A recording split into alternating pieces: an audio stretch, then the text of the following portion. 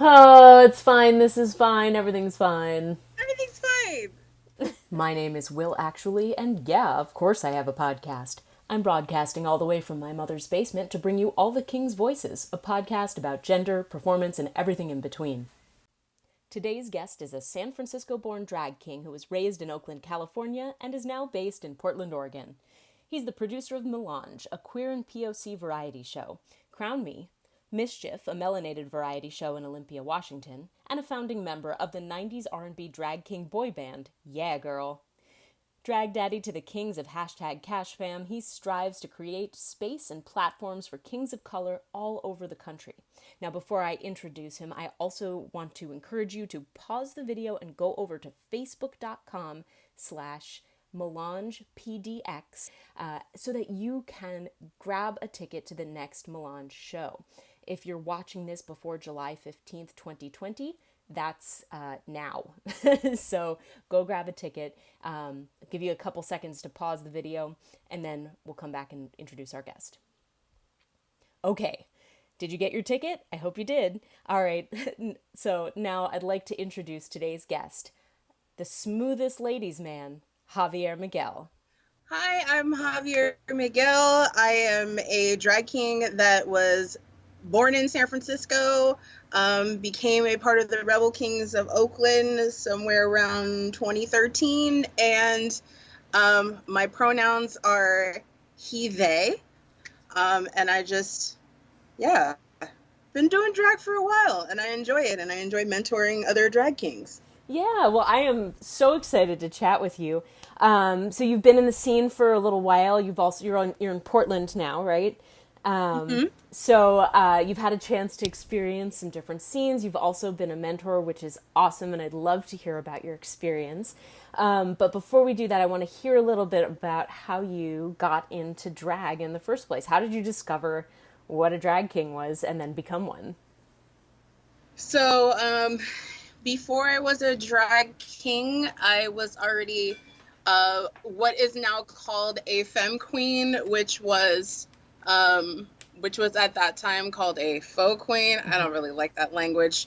And before that, I was a burlesquer. Everything just kind of like fell into place. My burlesque anniversary is actually on the 29th.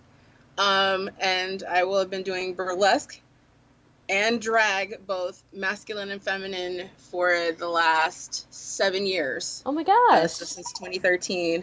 Yeah, and so I fell into I fell into being a drag king after going to a Rebel King show in Oakland. Rebel King of Oakland, that's where I came from.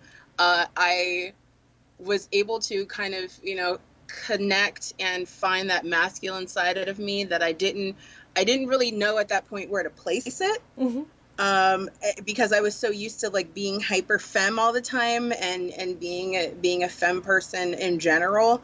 I default completely non-binary and I fall somewhere in the middle, but it's taken me some time to get where I am now. Mm-hmm.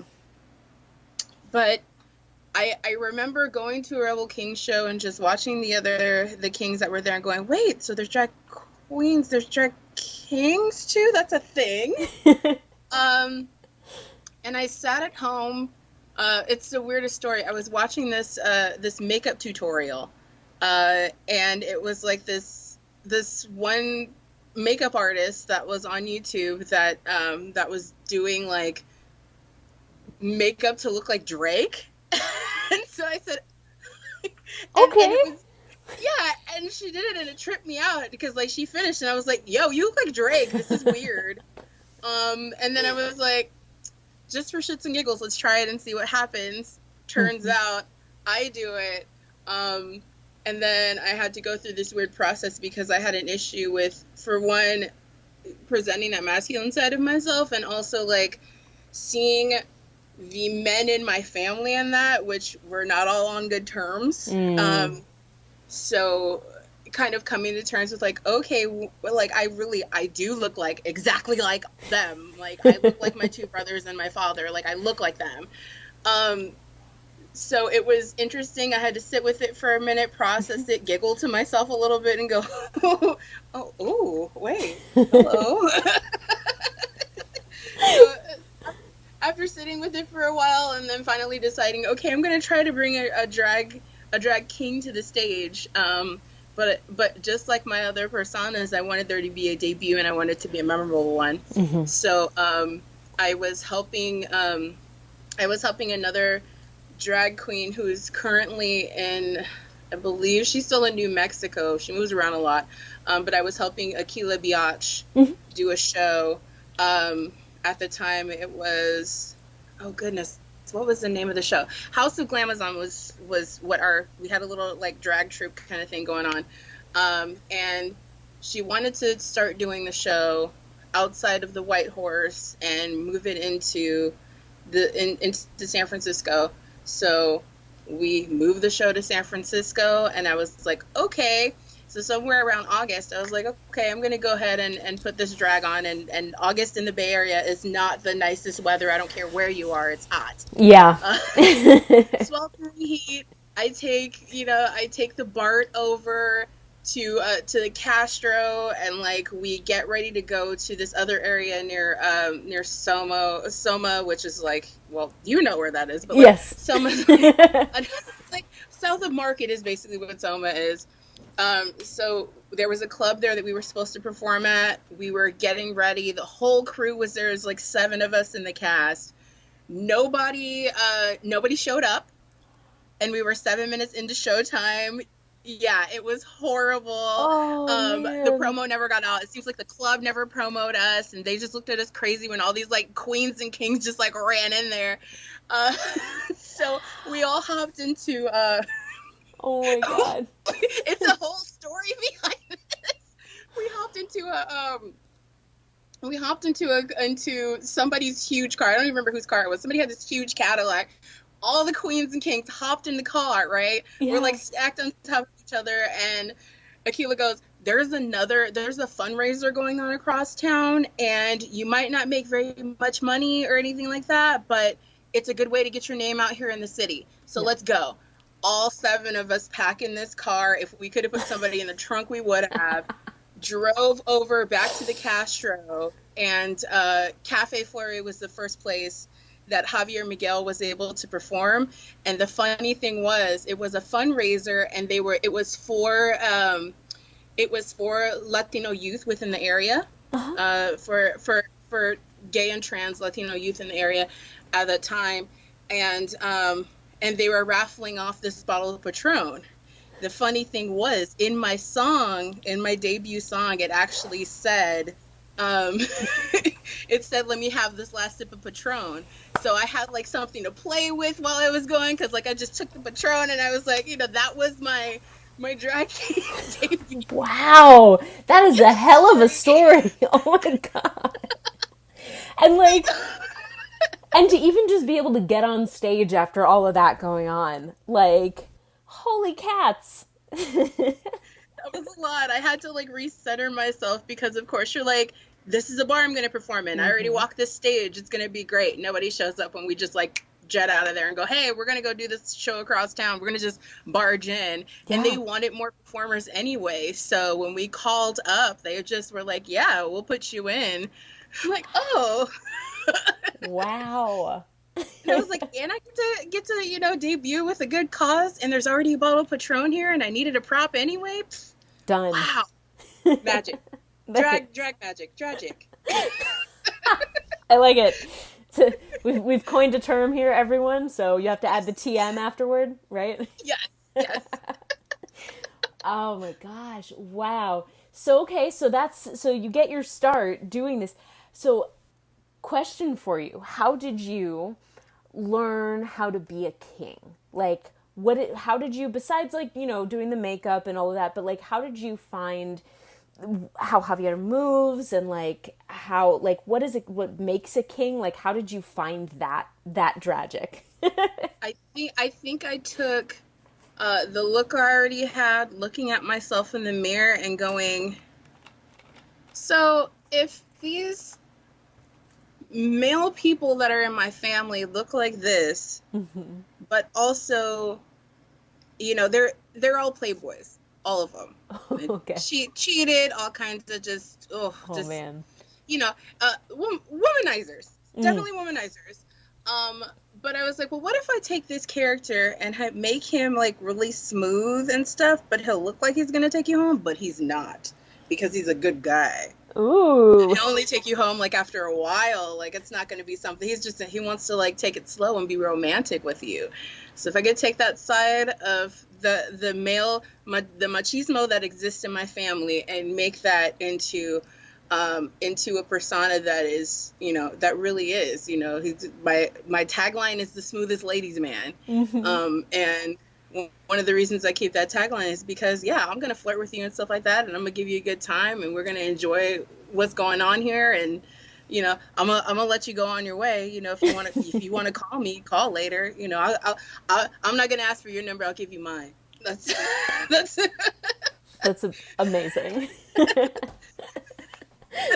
I love that. And that's such a cool way to create a character, is to look at what you don't identify with in the world, but to say, okay, and yet, like, physically, this is how I am identified, and I'm going to flip that once, you actually interact with me, right? Like, that's super cool. I love that. And so, like, do most of your acts then tend to follow that script, or sometimes you're just like, fuck it, I'm going to do something different? I tend to, like, I switch it up every now and then. I'm more likely to switch it up somewhere around Halloween because I'm still a goth kid at heart. So I'm going to switch it up. There's going to be a lot more alternative happening. A lot of piercings that normally aren't on are going to be on. Black lipstick. I came up with this weird number last year because I was just off my rocker a bit. It's to, what is the name of that group? There's this group, Sophie Tucker. One of the songs they have called Batshit Crazy. I did a number to that, and I had just basically put on all my goth gear that I had. Femme, I didn't even care. I was just like that, black lipstick, hair all the way out. I was just like, yes, this is what I'm doing today. And I was like pulling bats out of my pants. Just bats were coming. It's literal bat shit. I was like bats everywhere. Bats. Bat wings on, everything. That is great. So it's either that, and then I have a literal version of the Deftones Change in the House of Flies, where I basically act out all of the words of the song. So there's a fly, and I look away, and then it's on fire, and the whole thing. So those are pretty much the two, and then I have one more where I just kind of like branch out from who I am, but mainly Javi is 90s R&B. Javi is the body rolling guy who's like real smooth, and and you want him by your fireplace. He's just gonna be on the fireplace with the rose. That filter that's on Facebook with like the glasses and that's Javi. That's awesome. That's so cool. So when you are performing, you mentioned that you also do burlesque. Do you keep burlesque out of your drag, or do you like to perform, and kind of like find those crossovers, or is it very separate in your mind? Some of it is starting to leak over. Javi doesn't strip too much. It's like it's a unicorn whenever Javi strips, because it doesn't happen very often. I like to keep those two areas separate, although, Javi has the ability to strip. My character Dazel has the ability to strip, but I find that that's Dahlia's job. Sometimes they'll cross over, but it's very rare. What was the other part of the question? Oh no, that was the question. Okay. Yeah. Okay, yeah. Well, so following on that, because one of the things that I've bothered every single person with is this question of, what do you see as a drag? Like, what is a drag king? What makes a drag king a king? Right? Obviously, everybody kind of has like a little bit of a different definition, and some people do bring in things like their burlesque, or people perform androgynously, or people perform very specifically like male impersonation. So for you, for Javier, like, what is drag? What is kinging? I don't see my drag as end all be all. because I feel like if I did, I'd be missing out on, honestly, I'd be missing out on on my own drag kids if I did that. I feel like because drag is something that there is a place for everyone, it can be done in any type of way and still be considered a legit art form, because it's art. Yeah. Art is legit, whether or not I'm like, hey, Javi wouldn't do that, but I think that's fucking awesome that you're able to make that happen. That's dope. Like, yeah. And if I didn't have the respect for the other parts of the art form, I wouldn't have any respect for my own character as well. It all needs to be encompassing. I feel like if someone says they're a king, they're a fucking king. If someone says they're a queen, they're a queen. If someone says they're a queen, they're a queen. You take this world of drag and put yourself wherever you want to fit in. And if there's no space for you, kick that door down and make a space. Yes. Amen to that. Yeah. I love it. I think that's one of the hard things about drag, is because some people come to it thinking they're, especially people who haven't been a part of a drag scene or who haven't, really interacted with actual drag performers, right? So they have this rigid idea of like, I know what a drag queen is, so therefore a drag king must be this. And like, there's these very rigid boundaries. But for so many of us, like, if gender doesn't have to have a binary, why does kinging, why does queening, why do any of these things have to have these rigid definitions, right? Exactly.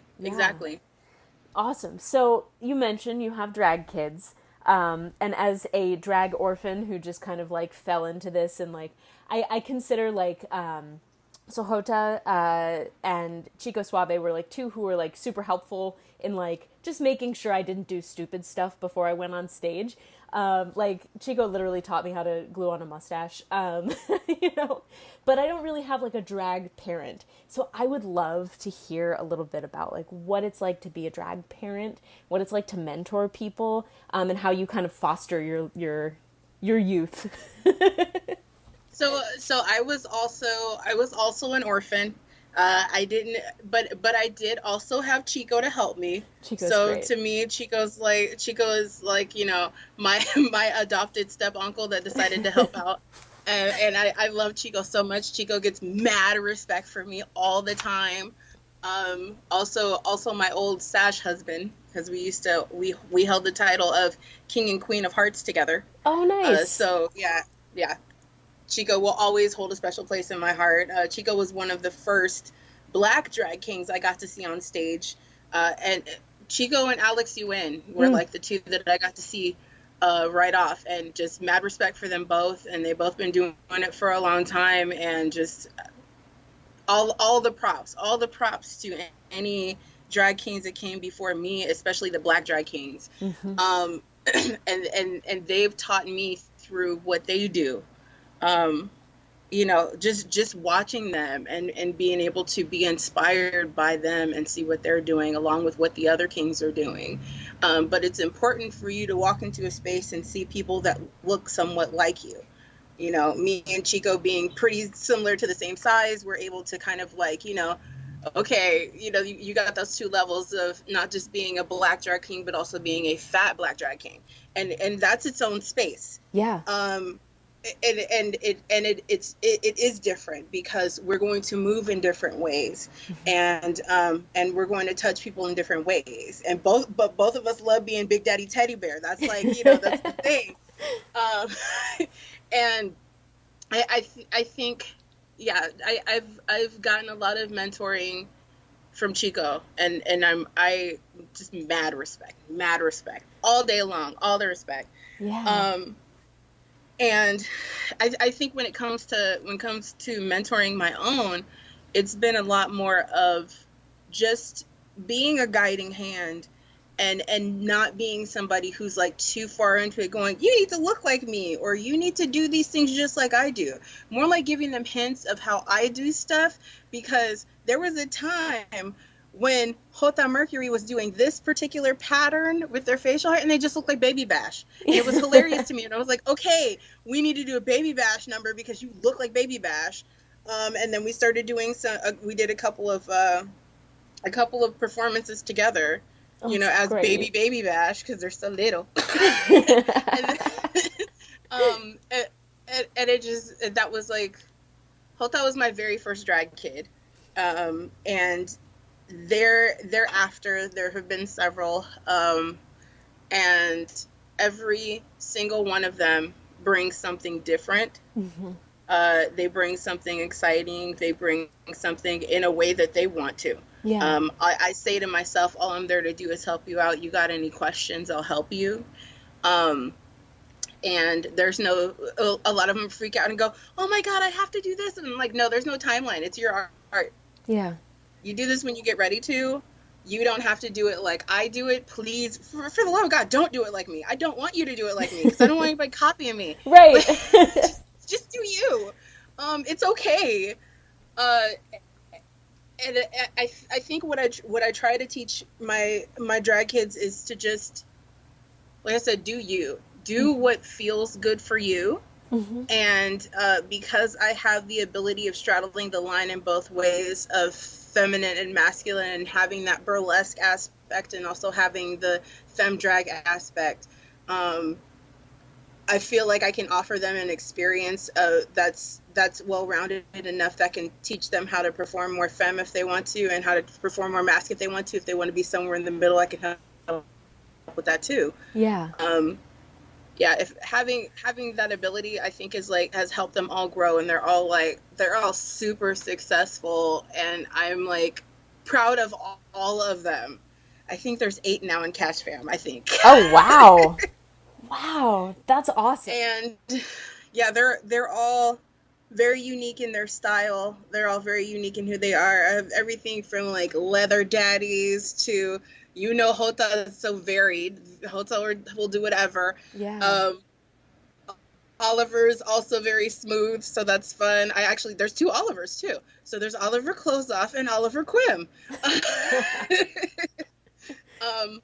And they range from different places. My newest drag kid is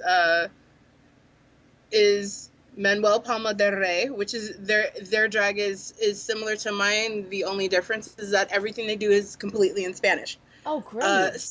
Yeah, and they're out of Olympia, Washington.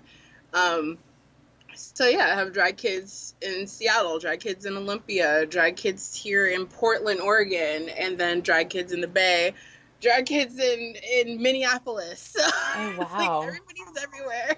That's so cool. So as somebody who just kind of like, I float through this world in a weird independent way, I'm always curious, like, how do you end up like becoming a drag dad? Like, what do people come to you? Do you reach out to people? Are you like, hey, I see this person who looks like they want to perform. Let me tell you, like, here's my card.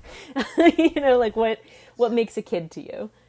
So Hota's story was one where I already had a burlesque daughter. She kind of like decided she was going to go bye-bye for a while. And then suddenly MJ Mercury, the burlesque performer, did not have a burlesque mother anymore. I was already burly grandma at that point. Oh, wow. And then when she decided to just kind of abruptly drop, I get this call of MJ just panicking, and I was on my way back. I was taking a vacation. I went to Hawaii, and I was like literally on the plane, getting ready to get off the plane. I get this call. MJ's crying. I'm panicked. Grandma, talk to me. I'm like, what's going on? She decided she didn't want to be my drag mom anymore. And I'm like, you're going to be okay? Because I got you. Yeah. You don't have to worry about that. I got you. You don't not have you have a burlesque mom still. It's okay. Mm-hmm. And if you decide you want to do other things, you have a drag mom. You have a drag dad as well. You have all of that. I'm right here. I'm not going anywhere. I'm not going to let you out in this world with nothing, okay? You have so much talent. You want this. You're determined. You have drive for this. You got this. Yeah. And as soon as I got off the plane, I just hugged her really hard, and I said, okay, well, let me know what you want to do. And after a while, they wanted to start looking into doing Drag King. Mm-hmm. And I said, okay, cool. Let's see what happens. So we painted the face so time they're like, oh my god. and from there, that was Yeah. the Hota we know now. Yes, the award-winning. Yeah.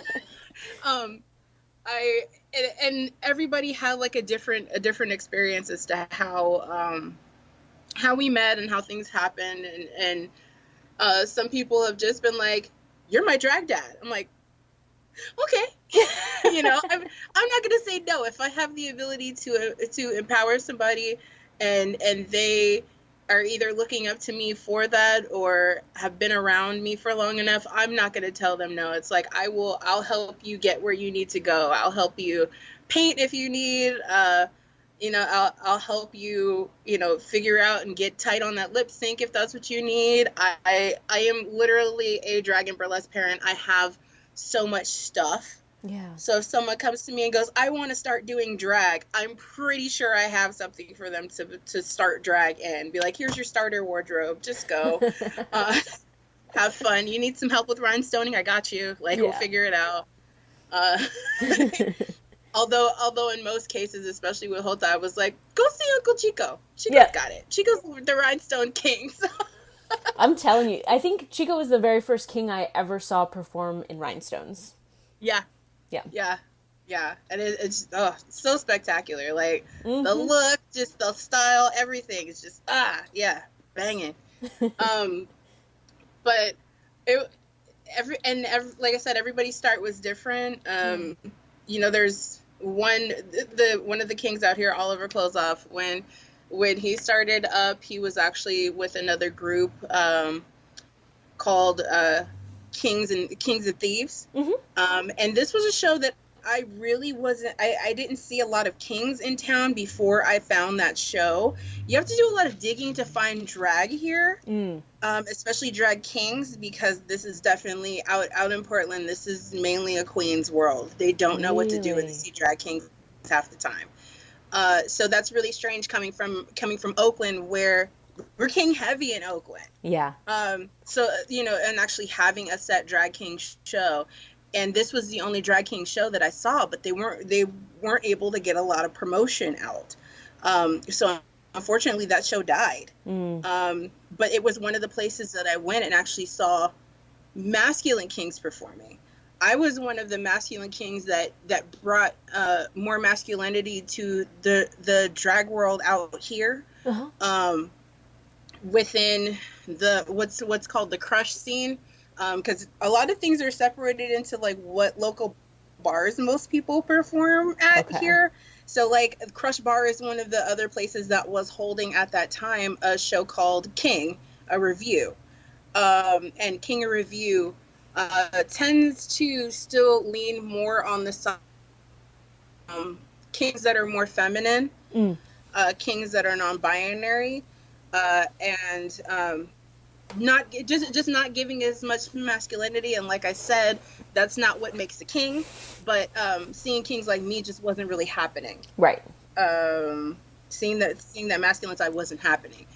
So I started bringing some of that in once they started, and they got started and were inspired by the Rebel Kings as well. So I'm telling you, Rebel King show. I was like, we're gonna come back to Portland and make a king show because we don't have one. I swear, so, Rebel Kings, I feel like everybody. It really does. Like, it's like a West Coast institution. Yeah. Like the West Coast, everything is inspired by Rebel Kings, pretty much. So, and I'm so proud to have like been birthed from that. But it was really really interesting to get out here and see the difference. And like, so the first time I went out here and performed, me and Joey Gelato did a duet, because at one time Joey was living in Portland as well. Oh, okay.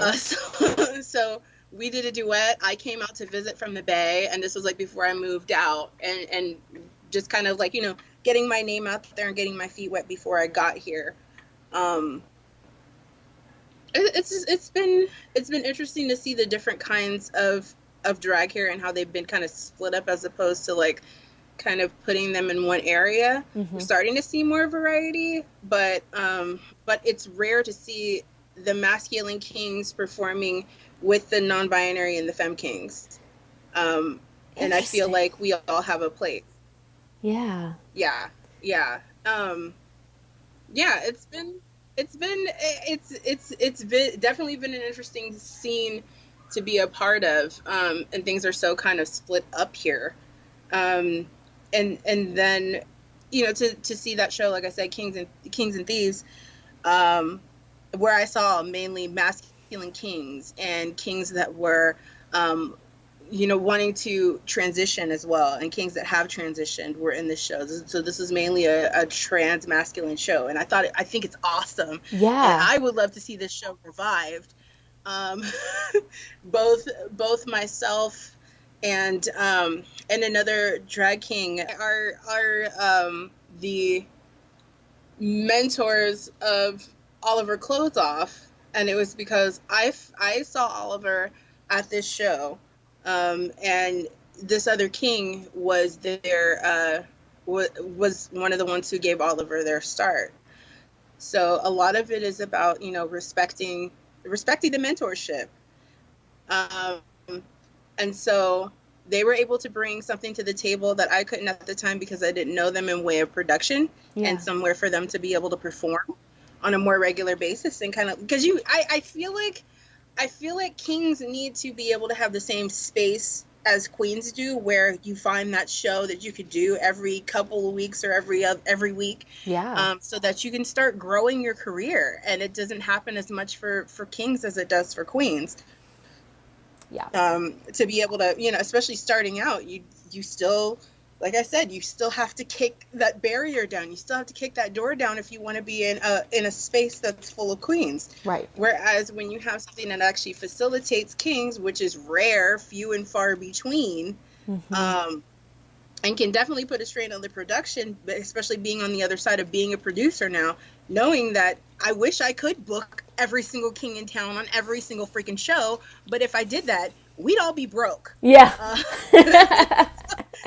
So as much as I'd love to be like, I'm going to go ahead and book 26 kings in the show, we'd all be broke. And honestly, that's a lot. Yeah. Yeah. I wouldn't sit through that show. Yeah. I've been to some shows with like 20 performers, and by the end, you're like, please let this end. And it's not because anyone's bad. It's just, it's a long show.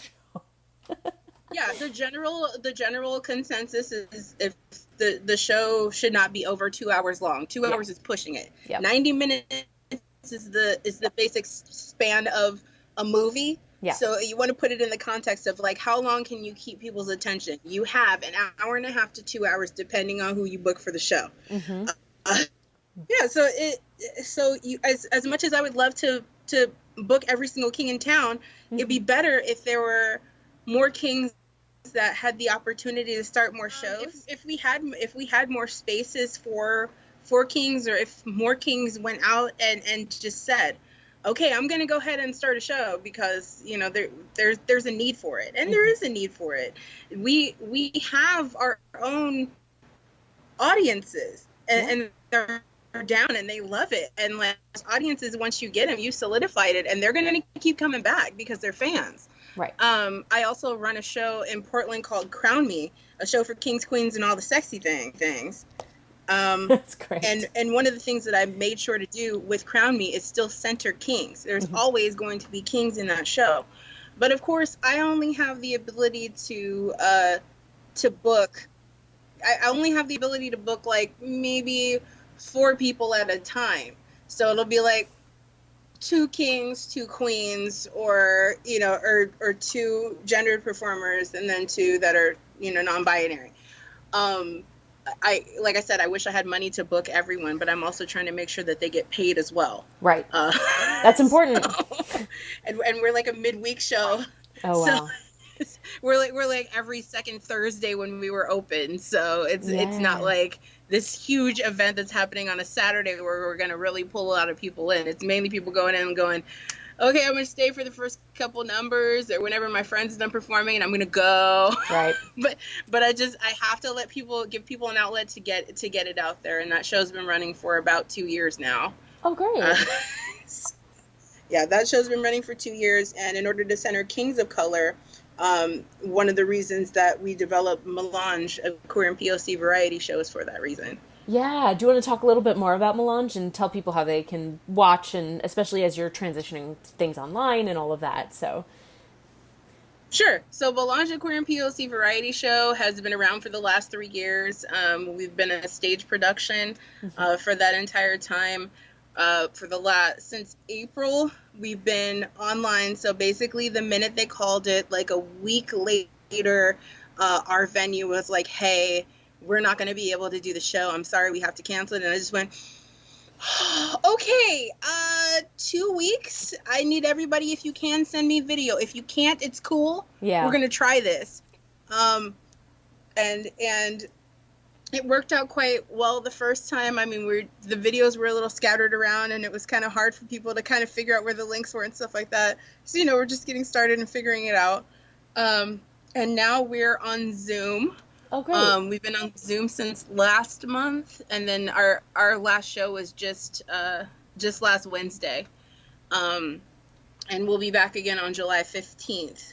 And that last show was called Oh Daddy. So it was actually Oh Daddy 3. So that was our third, because Melange has been going for about 3 years now. And Oh Daddy started in the first year. It's a salute to Kings of Color. And we wanted to make sure that we were bringing that extra element into it of also centering Kings of Color, and having a night just for us. My co-producer, Destiny Smokes, is also a drag king by the name of Umbra. So both of us do drag queen and drag king. And Umbra is a very interesting person, and I honestly suggested you interview them. Oh, yeah, I would love to. Because they're going to give you an entirely different, awesome perspective. But yeah, doing that show and having that ability, and still having a person to duet with, and who understands the struggles of what it means to be a masculine king in this town, it's difficult. Especially, like I said, when most of the kings are femmes, so we step on stage, and sometimes, like, at least within the state of Oregon, I don't get it. When I go up to Seattle and go up to Sugar Shack and things like that, or of course when I come down to the Bay, people get it. It's like I'm kind of in my head, I'm like, what the hell don't you understand? If you understand that when you see someone who is normally masculine or center performing as in a dress and makeup, and they're lip syncing, that's a drag queen. Right. So why don't you understand that if you flip those genders around, you get a drag king? What? I don't understand why that doesn't click in your head. Oh, it's just makeup. Yeah, they're wearing makeup too. Right. And trust me, I'm wearing the same amount of makeup they are. I know. It's like, we spend just as much time. That's the other thing. Oh, you did that really quickly. I only did that quickly because I've been doing this for 7 years, and I've had to learn how to switch sometimes during shows from queen to king.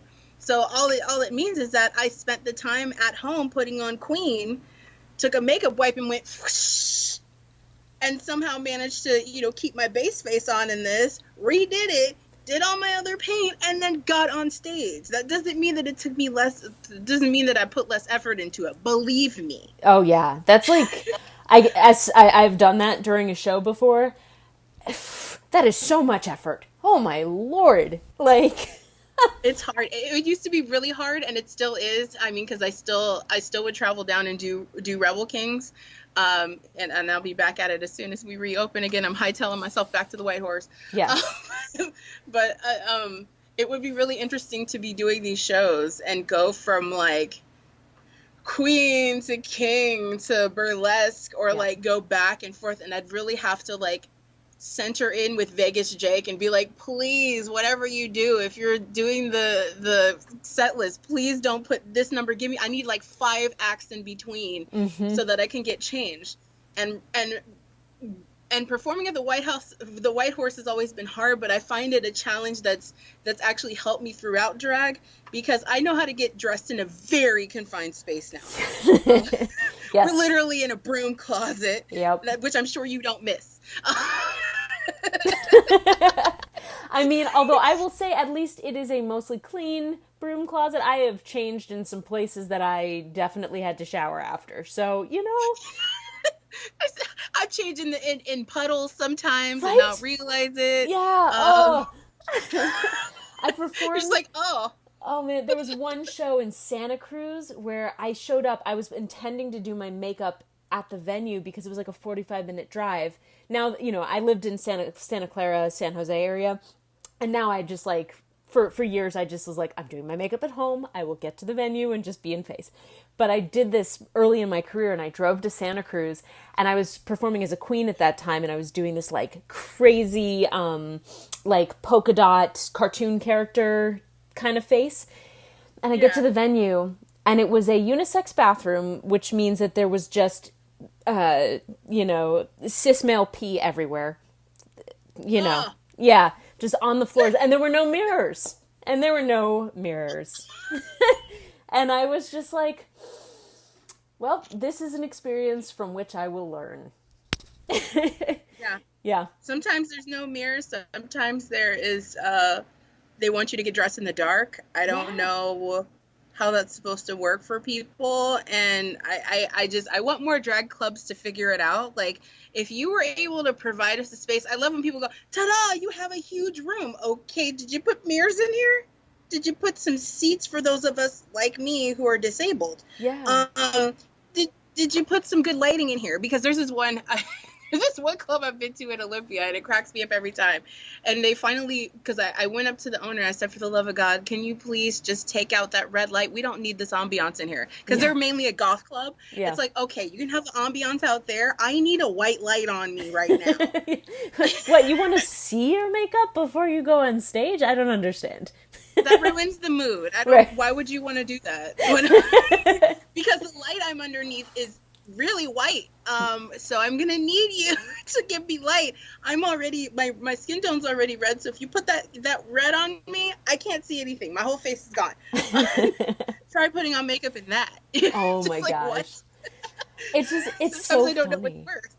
And like, I guess a lot of these like bar owners, they don't necessarily think about it. Like, we're very lucky here in Wisconsin. There's a bar here where like we have a backstage. Like, I got here and was like, there's seats and lights and individual makeup stations, and there's enough room for like people to walk around each other. There's a bathroom, our own bathroom backstage. And I'm just like, this is magic. What is this? Yeah. So after you've been used to working at the White Horse, you just go, wait, everything. Wait, I don't have to do this in the dark or in a broom closet with like 15 other kings crammed in here like sardines. Yeah. In 85-degree weather that is now 95 degrees because we're all in here together. Yeah. But you know, I will say, and this is for everyone out there watching who's like, you know, what's a drag king? I'm interested in learning. Think about the amount of effort that goes into putting on the magic that y'all get to see. You know what I mean? Like, the fact that, like, so many of us we drive for hours, or we travel around and, like, spend our own money, or, like, we put our own money into producing things, or, like, we work in bars where we literally have to put on makeup in a broom closet. Like, and then we go on stage and create this illusion that changes the way people feel or inspires other people to try it too, or like brings joy or sends a political message. Like, that's freaking awesome. You know, like, we shouldn't have to change in a broom closet, but the fact that we can, I'm just saying it's pretty cool. Yeah, just the fact that it exists, and the fact that we're able to create that type of tragic with TM. with a little space that we have, and sometimes the little money that we have, which, like I said, is another reason why, because I've struggled with poverty since I started doing drag. I have not had a lot of money, so what I do is, you know, one of the other things I do with my mentees, like I say, I want to make sure that, you know, if you are having a hard time, that doesn't mean that you can't do this, because once you do, and once you get yourself out there, especially if you have the talent and you have the star power, you're going to start making the money. Yeah. But the step to it is to just get out there. Mm-hmm. That's all there is to it. Just get out there, whether it's a broom closet or whether you get backstage and you got full stage lighting, just get out there and do it. Yeah. And like for a lot of kings, I know, it's hard to build a closet and to start like, creating the look and all that. And so I can understand that like sometimes it's just having that first piece of costuming that like gets you on stage. It doesn't have to be perfect. It doesn't have to be like, you don't have to be Landon Cider to go on stage and do drag today. Right. Like, and I think it's hard for a lot of people to get their mind around that because there is such visibility, I think, online of like very specific aesthetics or like, like people I want to be, like with burlesque, I want to be Dita Von Teese today. And it's like, well, your net worth isn't $2 million. So let's start with where we are and we'll, get that first corset, buy that champagne glass is coming, but you got to do the work first. Dita had to do the work. Yeah. And in one way or another, Dita had to do the work. So you have to start somewhere. And that's another thing that I always share with my mentees. You have to start somewhere. Yeah. And it's okay to start wherever you need to be at. Me personally, because I've always been a non-binary person, I always had boy clothes laying around. So I was like, okay, I'm going to try this and like maybe get a couple of other pieces. And so like I already had to me, I always tell every king, make sure you have and it still applies, even though it doesn't happen as much nowadays. I'm like, you need black slacks, you need a white t-shirt, a black t-shirt, and a fedora. There you go. Yep. You're ready to be a drag king right there.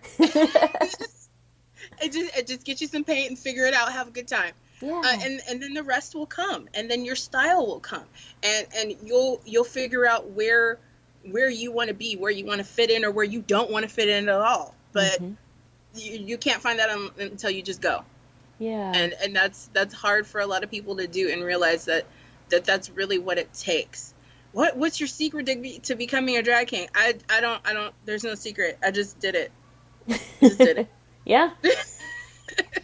Yeah. And, and you might learn along the way too, that it's not something you want to do. Right. Or like you want to be a drag queen, right? You want to, or maybe even you want to try femme. I always laugh when in the Drag Kings Unite Facebook group, when people are like, am I allowed to do a femme look? And it's like, yes, there's no allowed, there's no should or shouldn't. Like, put on those lashes, paint your lips big, like make it, femme it up, mask it up, do the thing and just go have fun, like, because if this isn't fun, nobody, this, unless this is like your only job, right? Like, in which case, yeah, you got to do what pays the bills, but like, if this isn't fun, why are you here, man? I switched this to my primary job, and I would not have kept doing it if it wasn't fun. Yeah. I'm the kind of person that's like, life is short. I need to be able to have a good time. If I'm not having a good time, I'm going to stop doing it. Yep. So 7 years later, I'm still here and still like, pushing stuff out virtually when I can. Great. And hopefully we can get you back on stage soon. I swear, it's a lot. And producing online is probably... Yeah. Yeah.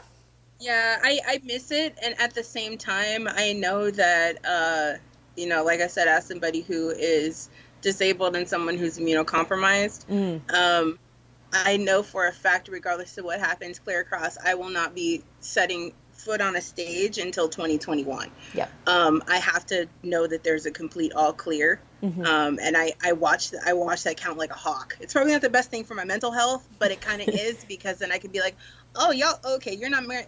Okay, I'm going to go out and put my mask on today, and I'm putting on my N95 because I'm not letting y'all do this to me.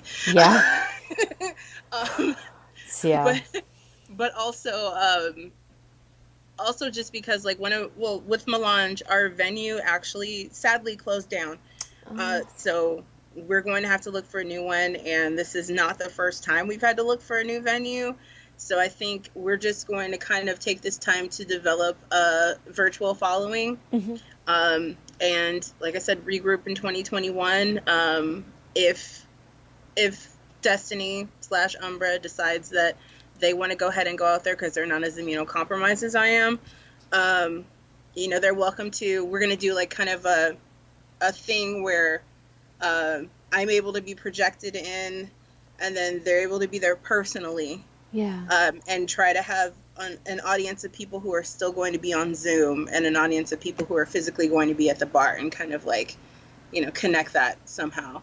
I don't know exactly how that's going to work, but we're going to try it. We're going to see what happens. We do have a good space out here. Love the local lounge. They've been really, really supportive of us. They're still open. And they're the ones who have held Crown Me this entire time. And sometimes they host Melange when we have a bar that goes, oh, we suddenly don't have the space available for you tonight. And I'm like, wait, but I have this show that's supposed to have 100 some odd people here. Why don't you have the space? And why are you telling me this a week before my show? Don't do that. Oh my goodness. So then I just go, okay, show has changed venues. It's at local lounge now. So go pack out my favorite bar. It's fine. Yeah. That's incredible that a venue would do that. Like, come on. Yeah, we've had to fight really hard here, especially having a show that's POC center. They normally expect us to not have that much of a crowd. And this is after telling people, hey, believe us, we're going to bring in more than that band. Yeah. We're going to bring in more than that band. Don't displace us, because that just means all that money goes to the other bar that's for us. It's fine. Right? Yeah, it's hard to push through, but like I said, you have to keep going. You can't let other people get in the way of what you're doing, whether that comes to like being a drag king, whether that comes to producing a show, whatever you're doing. Don't let anybody get in your way. Just keep going. Yeah. Amen. So I feel like that's a really great place to wrap up. Is there anything else that you would like to tell the drag kings of the world, or the people who are interested in learning more about drag kings? Any parting thoughts that you'd like to share? Just do it. Do it. Do it. We need more drag kings. We need more kings of color. We need more femme kings. We need more non-binary kings. We need kings of all kinds. We need kings. Yeah. And spread the word to people. This doesn't need to be a kept secret to the point where people are going, oh, I didn't know this exists. We've been around just as long as drag queens have. Mm-hmm. So it's necessary. I said it earlier this year. I was like, this is going to be the year of the king. I feel it. Yeah. And from what I'm seeing, we're taking the time, and those of us who have been doing this for a long period of time, you especially, thank you. We're out here and making it happen, and taking this time to produce these shows online that people haven't been really seeing in stage production, and haven't really either known we're there or just not attending. Right. So now they're able to really see us. Yeah. And y'all have no excuse. We're online. We're everywhere. Look up Drag King. We're right there. Yep. I literally just tell somebody on TikTok today, I was like, just go to Instagram and type in Drag King. You'll find us. Yeah. We're everywhere. Yep. I love it. Well, thank you so much for being on All the King's Voices, and I will, of course, direct everyone to your social media and links to your shows so that we can keep this going. Thanks, Will. I appreciate you. Yeah. I hope you enjoyed the show, and if you liked it, why not rate, review, and subscribe wherever you feel like rating, reviewing, and subscribing. If you want to learn more about today's guests, head over to facebook.com/kingsvoicespod, or check out the comments or the description in the YouTube channel, King's Voices Pod. There I'll post all the links to everything you want to know about today's guest, and you can find them from there. If you are interested in becoming a guest yourself, then why not shoot me an email at willxulydrag@gmail.com, or shoot me a message on Facebook at facebook.com/kingsvoicespod. All right, so that's it for today. And remember, keep your toxic masculinity to yourself, but share your drag with the world.